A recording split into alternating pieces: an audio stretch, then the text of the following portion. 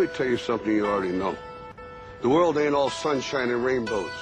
It's a very mean and nasty place, and I don't care how tough you are, it will beat you to your knees and keep you there permanently if you let it. Life is tough. That's a given. When you stand up, you're going to be shoved back down. When you're down, you're going to be stepped on. My advice to you doesn't come with a lot of bells and whistles. It's no secret. You'll fall down, you'll stumble, you'll get pushed, you'll land square on your face.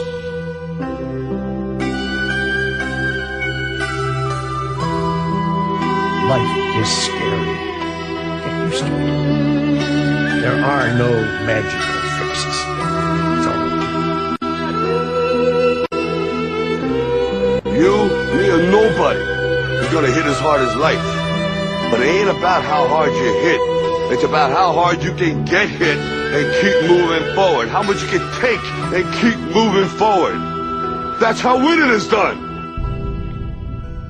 A lot of people in this world search endlessly for some complex, magical formula to understand why some people are successful and why others are not.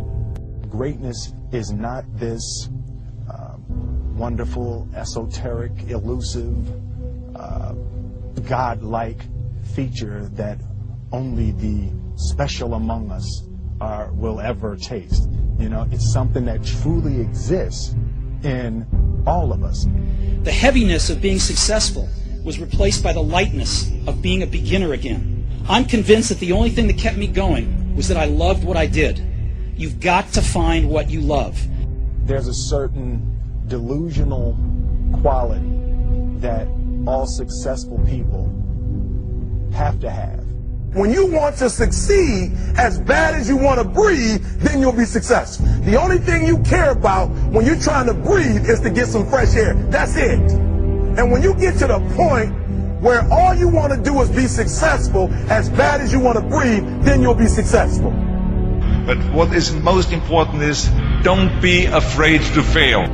You can't always win, but don't be afraid of making decisions.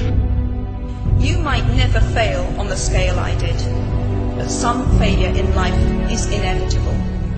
It is impossible to live without failing at something, unless you live so cautiously that you might as well not have lived at all, in which case you fail by default. When I was 17, I read a quote that went something like, "If you live each day as if it was your last, someday you'll most certainly be right." It made an impression on me, and since then, for the past 33 years, I've looked in the mirror every morning and asked myself, if today were the last day of my life, would I want to do what I am about to do today?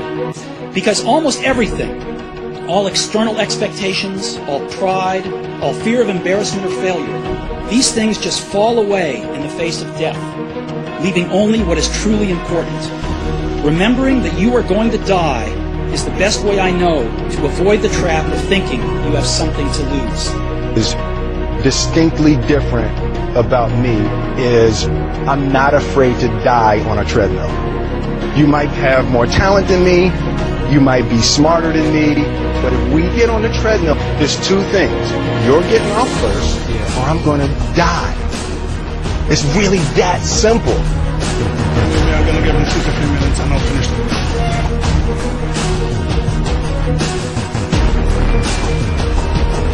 Then I promise that he will make it 2 until 3 minutes in the kickboxing ring with me this time.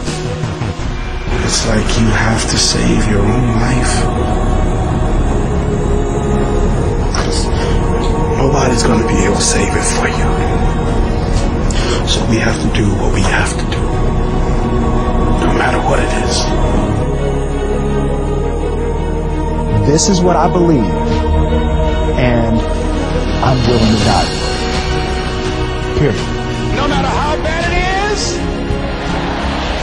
or how bad it gets, I'm going to make it. Say that to yourself every day. Our deepest fear is not that we are inadequate. Our deepest fear is that we are powerful beyond measure. I'm motivated by fear. What we are trying during all these discussions and talks here is to see if we cannot radically bring about a transformation of the mind. Not accept things as they are, but to understand it, to go into it, to examine it, give your heart and your mind lead for the thing that you have to find out, a way of living differently. But that depends on you and not somebody else.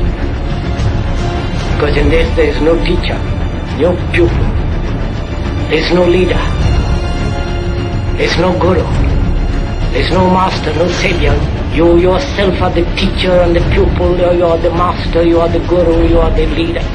You are everything. To understand is to transform what is. You know, when you get old in life, things get taken from you. I mean, that's part of life. But you only learn that when you start losing stuff. You find out life's this game of inches. On this team, we fight for that inch. On this team, we tear ourselves and everyone else around us to pieces for that inch. We claw with our fingernails for that inch. Because we know when we add up all those inches, that's gonna make the fucking difference between winning and losing. Between living and dying. I'll tell you this, in any fight, it's the guy who's willing to die who's gonna win that inch. Now, if you know what you're worth, now go out and get what you're worth. But you gotta be willing to take the hits and not pointing fingers saying you ain't where you want to be because of him or her or anybody. Cowards do that, and that ain't you. You're better than that. And I know if I'm gonna have any life anymore, it's because I'm still willing to fight and die for that itch. Because that's what living is. The 6 inches in front of your face.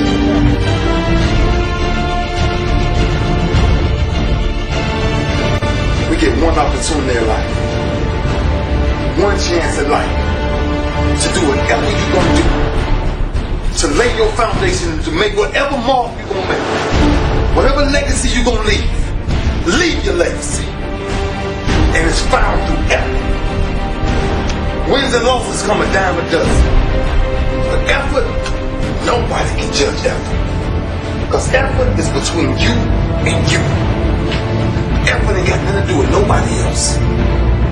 So that team that think they're ready to see you, they think what they see on film,